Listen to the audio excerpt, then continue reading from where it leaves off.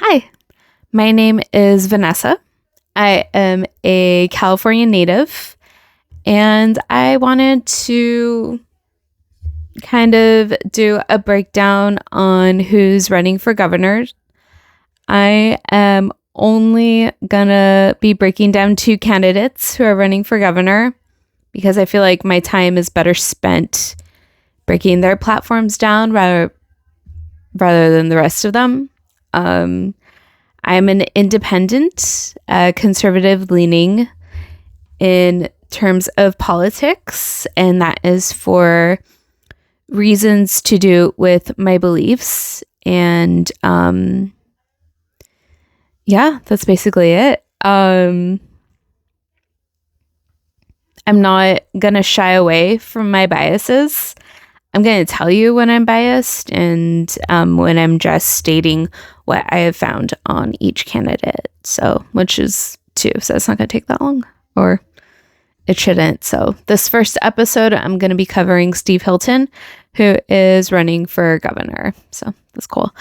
Real quick before we get started, the reason I'm not covering any Democratic candidates is because, well, one, I'm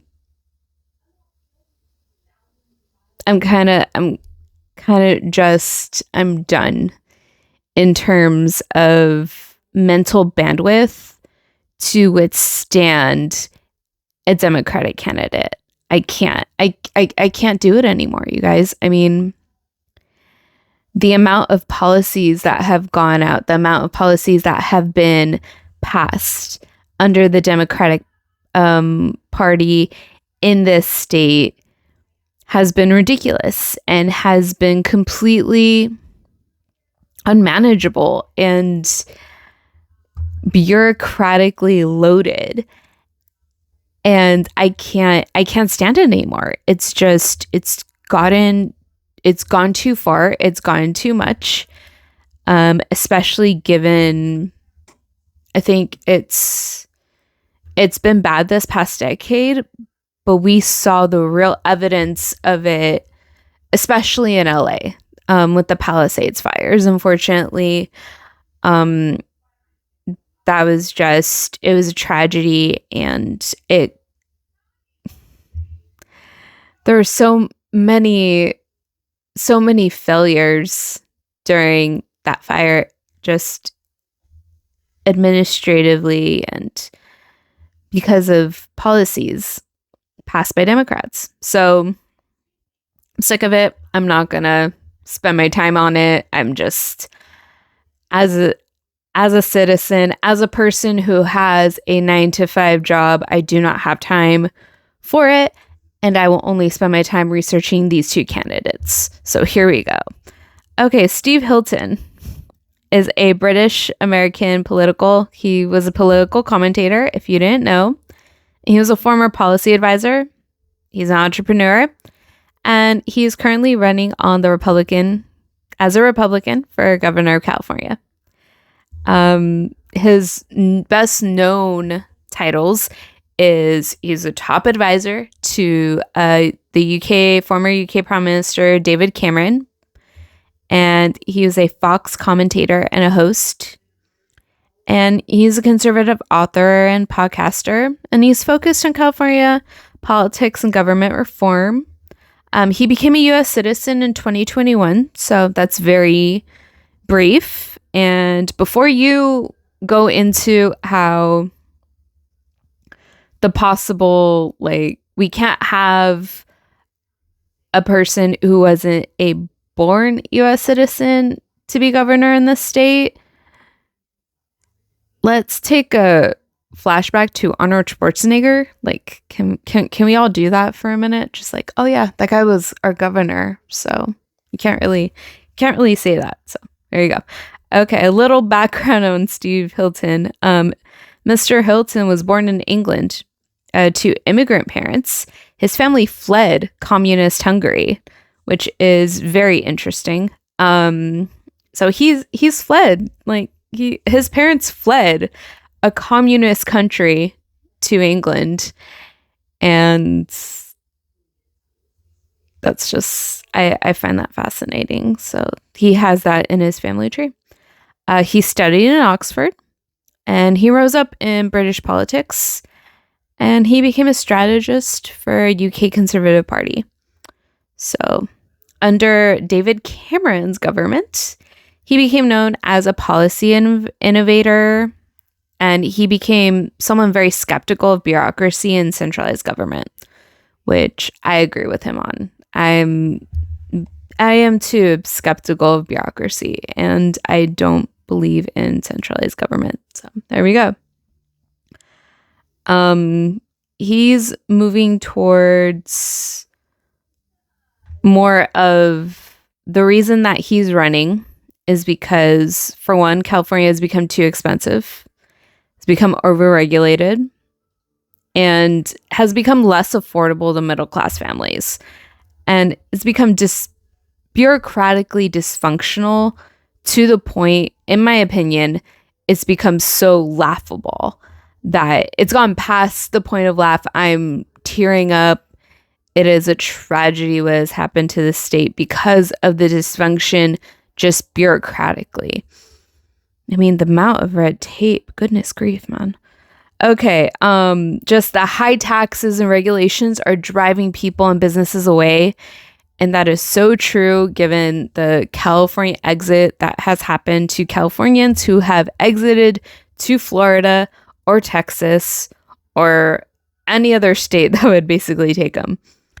And government spending is not innovating our economy. It's actually, it seems like it's incentivizing homelessness, housing, and like poor infrastructure.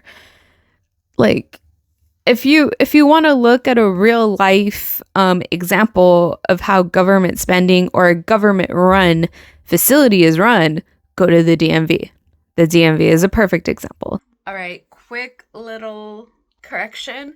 The DMV is actually not federally funded. It is state funded. So again, not federally funded, state funded. So I just wanted to make that little correction. All right, watch the rest of the video. It's not in, it doesn't have like the innovation as a as like a private business would, because private businesses' goals are to attract customers and to innovate and to compete with other businesses that are in the same market. So of course you're gonna try to do what's best for your customer rather than just you're government funded, you're never gonna shut down. Like, that's the capitalistic viewpoint in its pure sense. He wants to fix a broken system and challenge the establishment, and I think he's coined the term Calafordable, which is kind of cool. I kind of like that. So I'm going to go over his platforms just to kind of see what's going on. His first item on his agenda is the cost of living. So he has coined the phrase Calafordable agenda. Here we go. He proposes to cut state income taxes, especially for middle class earners, according to The Guardian. He wants to lower gas prices, yay, and energy costs through deregulation, again, according to The Guardian. And he wants to expand housing supply to address the housing crisis, which I think is a good idea. And it's like, overall, he wants to make it affordable for people to afford housing, raise a family, and live in the state, which is a great platform to start your campaign off of.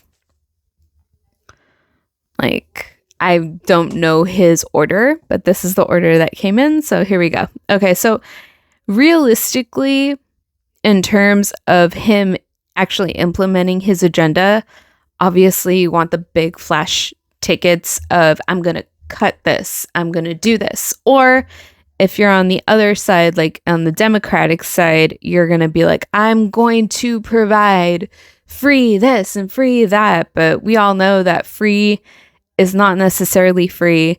Free should be renamed as tax funded. So anyway, I'm getting off the subject.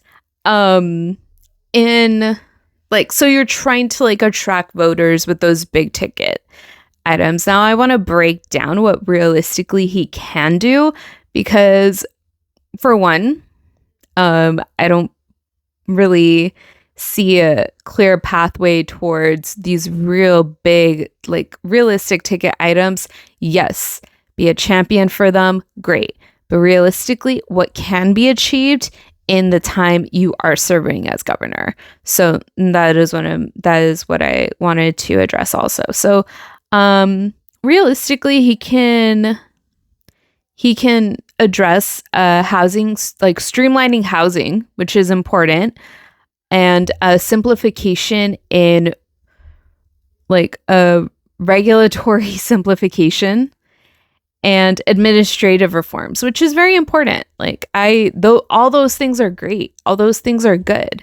Like even the small changes can have a big impact. Unfortunately, like rapid affordability improvements,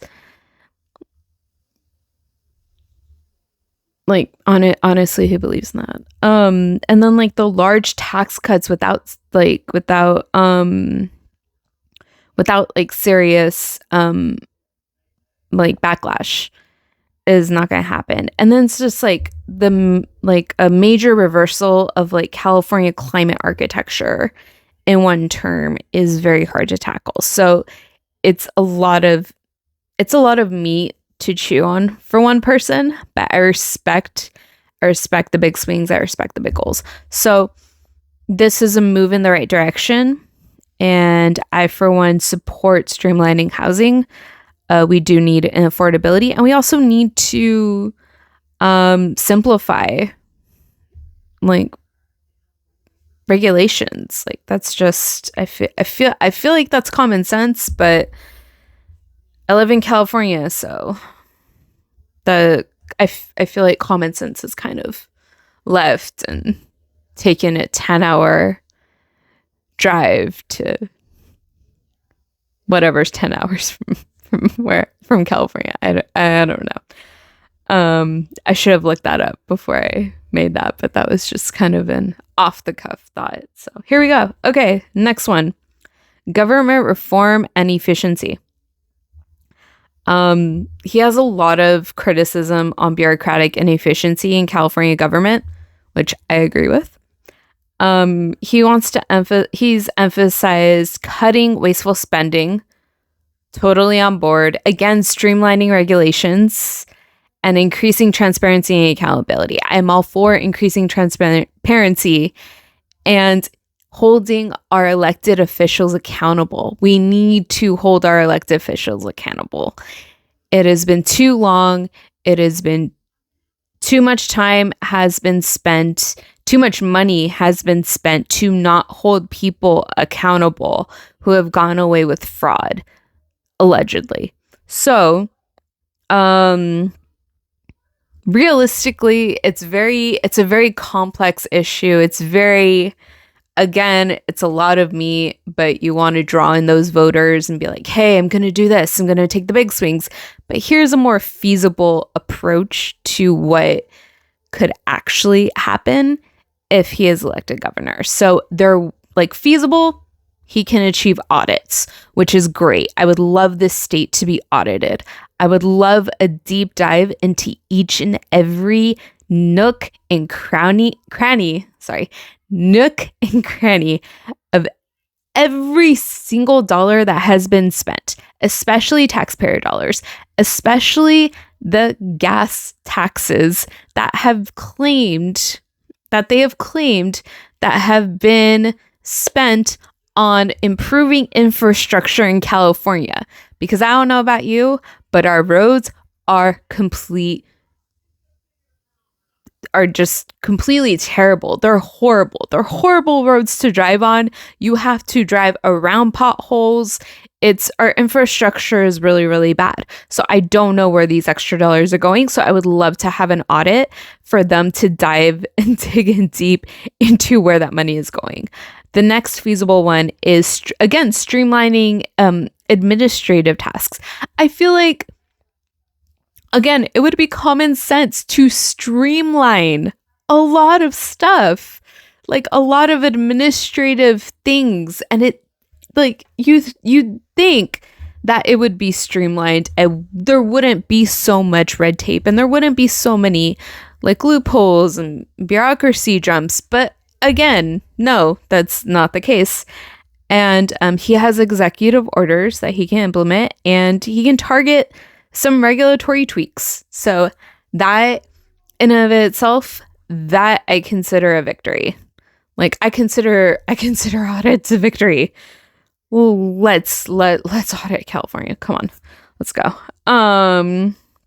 It would be very, very hard.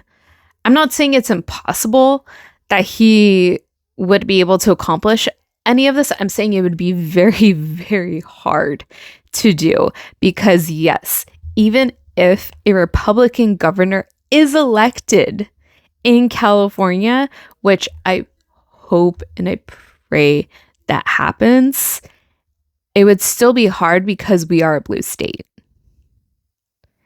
And we'd be climbing an uphill battle, but we'd be climbing an uphill battle in the right direction. And that is all I'm asking for.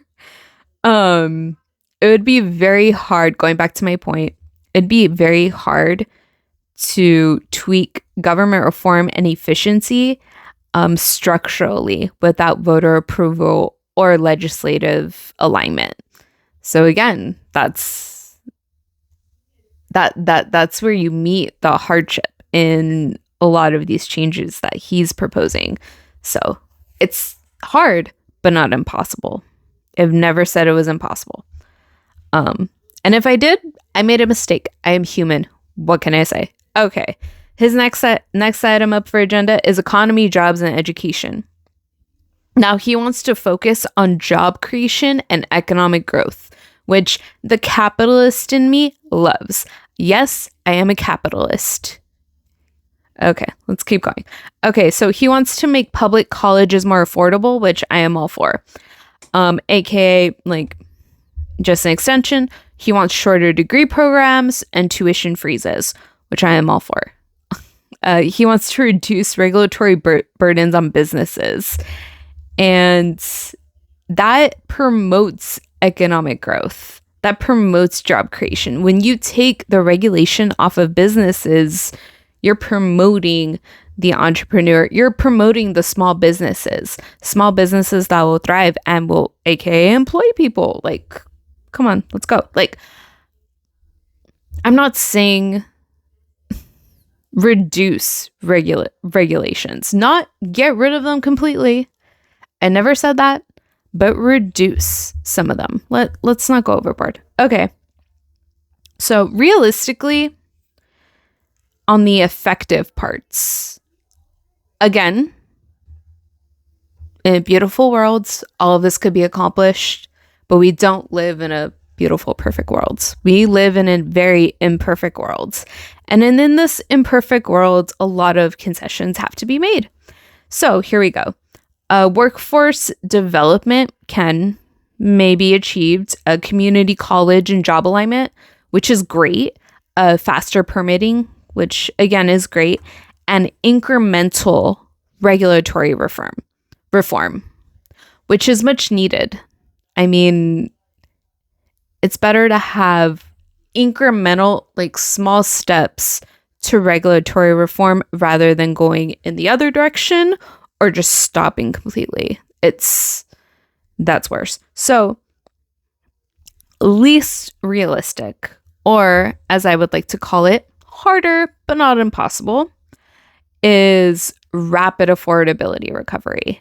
I know a lot of us are sick, and I can't speak for all of you. I'll speak for myself. Sorry about that. I know it is really expensive out there. I go on Gas Buddy and I'm trying to find the cheapest gas possible. And I know the price of gas is affecting the transportation of our food and the transportation of goods, which also affects price, which also is calculated in the cost, and which rises every other cost. So I know this, but in order to make real change in a long lasting, you gotta go for a long-term mindset rather than these quick fixes, because quick fixes tend to have really bad consequences later down the line.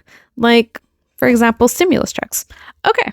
So, major restructuring of education systems, that's going to be harder to achieve.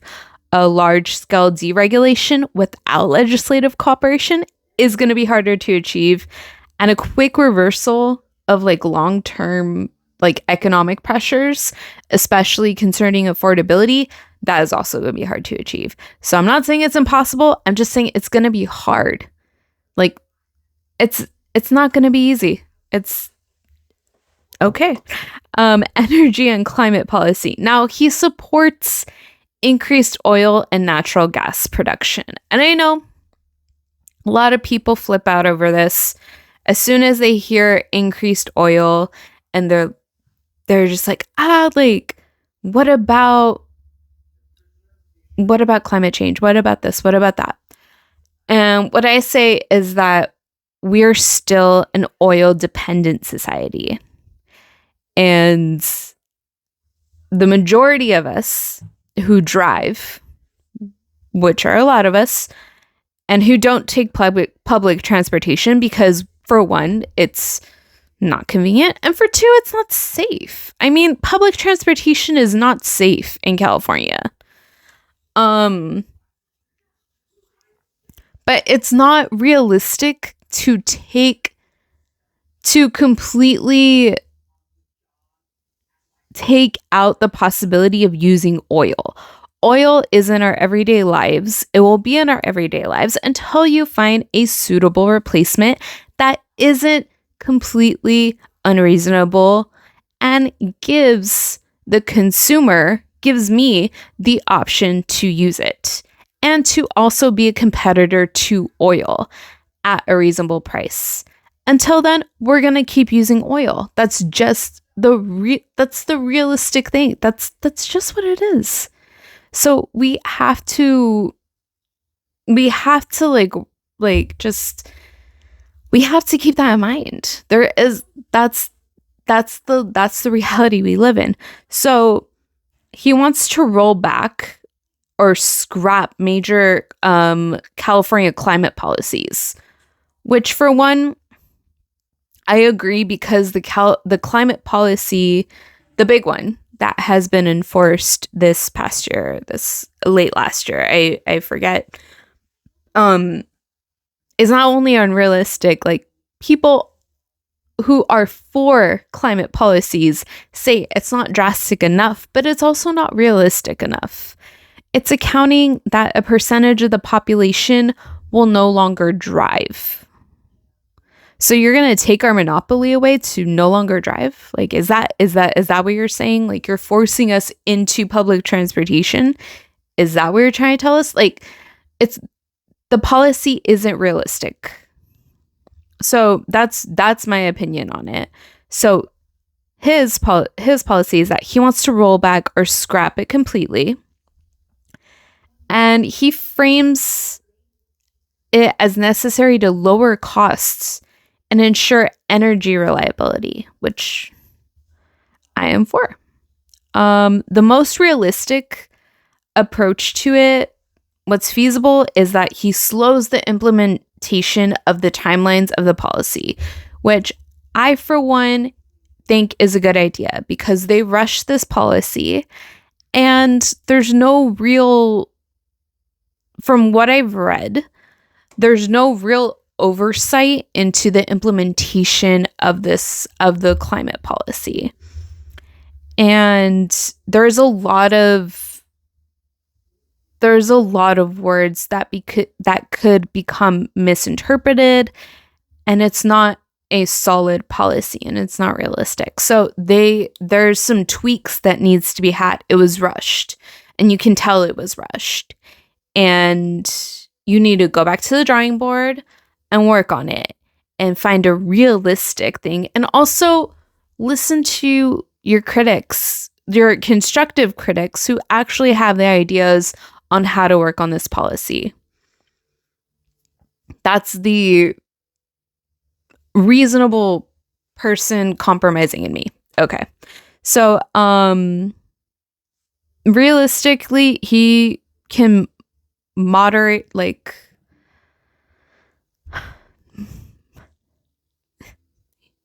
he can moderate regulators. So that's cool. He can extend the fossil fuel infrastructure use and emphasize the reliability and the affordability on oil. So there you go. The least realistic, the harder challenges are obviously the big key points is he wants to dramatically lower the energy prices, which and this is my opinion, I for one don't believe in price controls. I believe in the free market determining prices. Do your research, go back to Russia, like learn about Russia's price controls and what their government did. But price controls never work, so you can't force the markets to dramatically lower energy prices quickly. However, you can let the markets you can do other things that would affect how the markets react and inadvertently would lean into lowering prices. What would be harder would be reversing the EV adoption trends. So as much as I don't like electric vehicles and some people may not like electric vehicles, it might be really, really hard to reverse that now. Dismantling California's climate framework in one term is close to impossible at this rate. But honestly,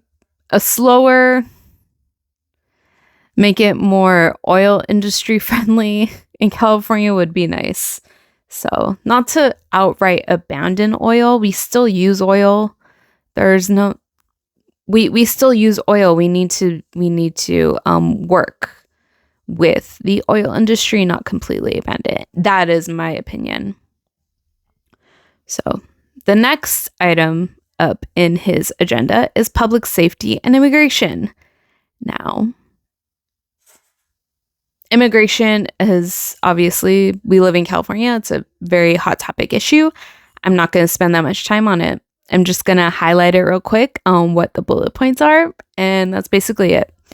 So he emphasizes stronger law enforcement and public safety, which, as you could tell by my little spiel about public transportation, I am all for. So go stronger law enforcement and public safety. That is, yes, I am for that. And he supports tougher immigration enforcement, and he wants to limit benefits for undocumented immigrants. He wants to limit benefits for undocumented immigrants. Not completely get rid of them, just limit them. That's his opinion. That's all I can say. Okay. More realistically, are the stronger anti-crime enforcement priorities. So I like that. Put that more into it. And then the expanded drug/fentanyl initiatives, great. And have more accountability over homelessness spending, which I am all for. Yes, let's hold these people accountable for this, and have some criminal justice reforms. Absolutely, I am all for that. What's going to be harder is the large scale immigration enforcement changes, since we are technically still a sanctuary.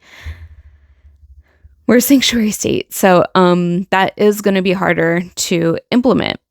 which you see that coming. The rapid homelessness resolution.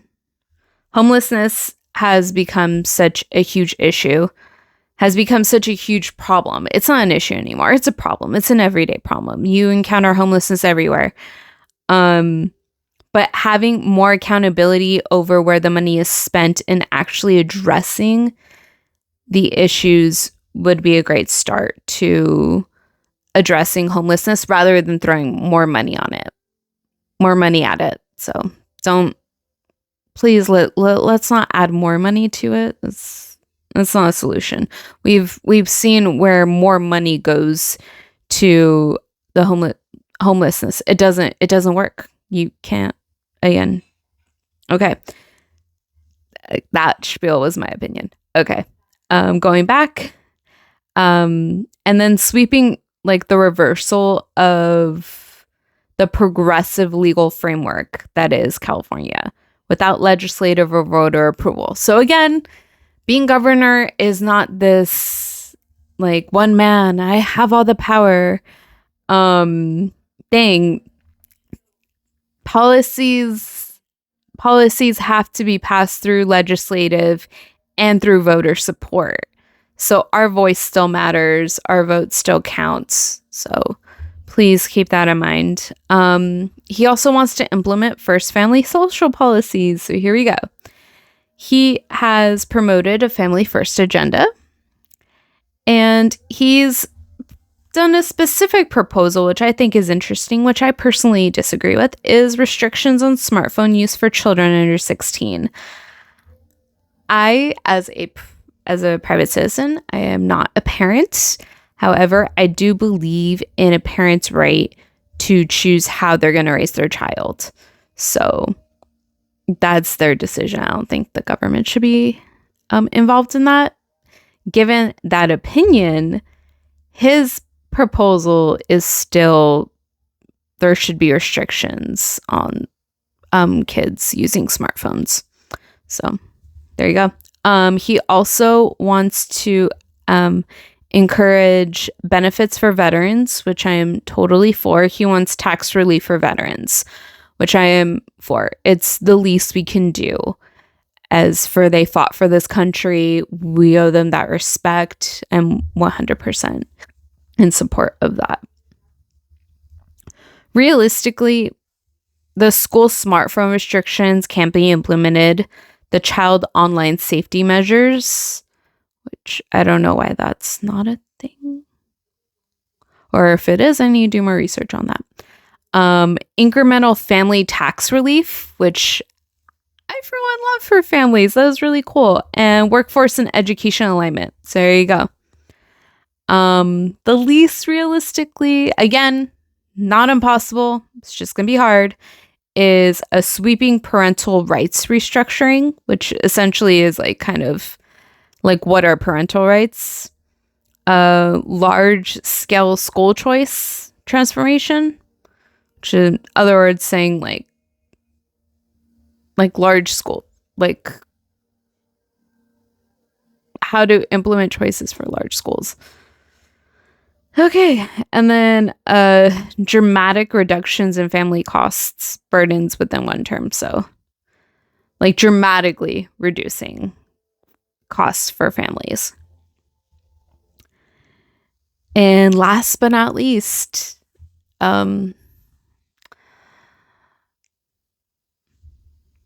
okay, he supports expanding the Second Amendment rights in California, which again freaks a lot of people out when the Second Amendment comes up. But I'm going to say why it shouldn't freak you out.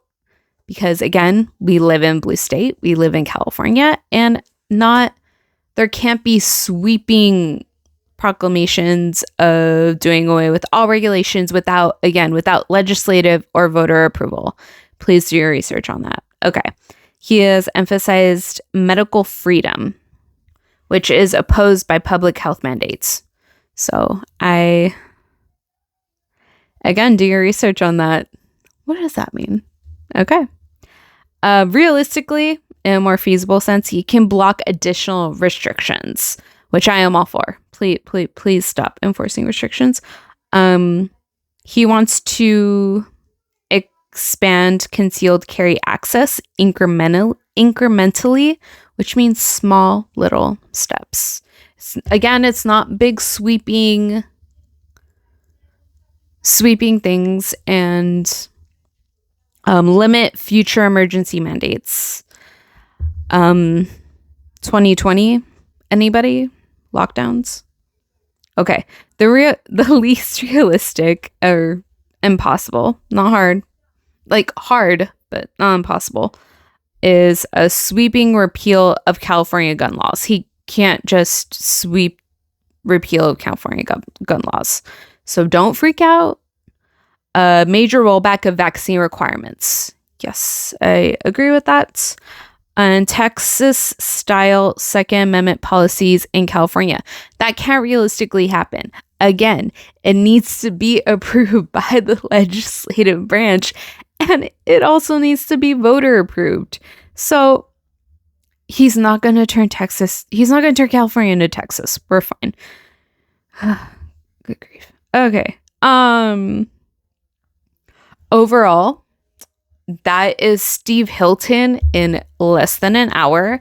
I went over a little bit on his background and the broad strokes of each and every policy agenda that he has addressed. You can go check him out for yourself. Go check out his podcast.